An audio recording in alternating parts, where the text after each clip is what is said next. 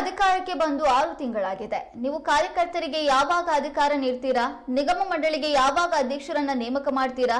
ಅಲ್ಪಸಂಖ್ಯಾತರನ್ನ ಕಡೆಗಣಿಸಲಾಗ್ತಾ ಇದೆ ಎಂದು ಕಾರ್ಯಕರ್ತರು ಆಕ್ರೋಶ ವ್ಯಕ್ತಪಡಿಸಿ ಕಾಂಗ್ರೆಸ್ನ ಸಭೆಯಲ್ಲಿ ಕೆಲಕಾಲ ಗೊಂದಲದ ವಾತಾವರಣ ನಿರ್ಮಾಣವಾಗಿತ್ತು.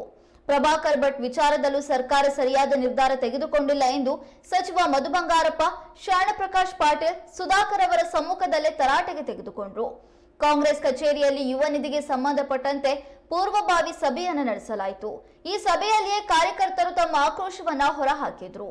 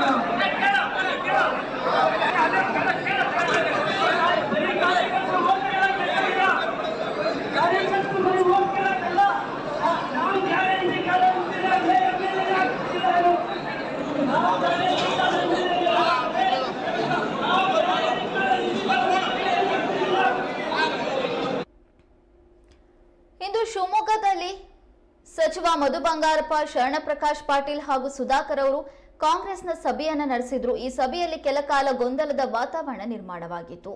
ಅಲ್ಪಸಂಖ್ಯಾತರನ್ನ ಕಡೆಗಣಿಸ್ತಾ ಇದ್ದೀರಾ? ಸರ್ಕಾರ ಅಧಿಕಾರಕ್ಕೆ ಬಂದು 6 ತಿಂಗಳಾದ್ರೂ ಕಾರ್ಯಕರ್ತರಿಗೆ ಯಾವಾಗ ಅಧಿಕಾರ ಕೊಡ್ತೀರಾ? ನಿಗಮ ಮಂಡಳಿಗೆ ಯಾವಾಗ ಅಧ್ಯಕ್ಷರನ್ನ ನೇಮಕ ಮಾಡ್ತೀರಾ? ಹೀಗೆ ಹಲವಾರು ಪ್ರಶ್ನೆಗಳನ್ನ ಕಾರ್ಯಕರ್ತರು ಸಚಿವರಿಗೆ ಕೇಳಿದ್ರು.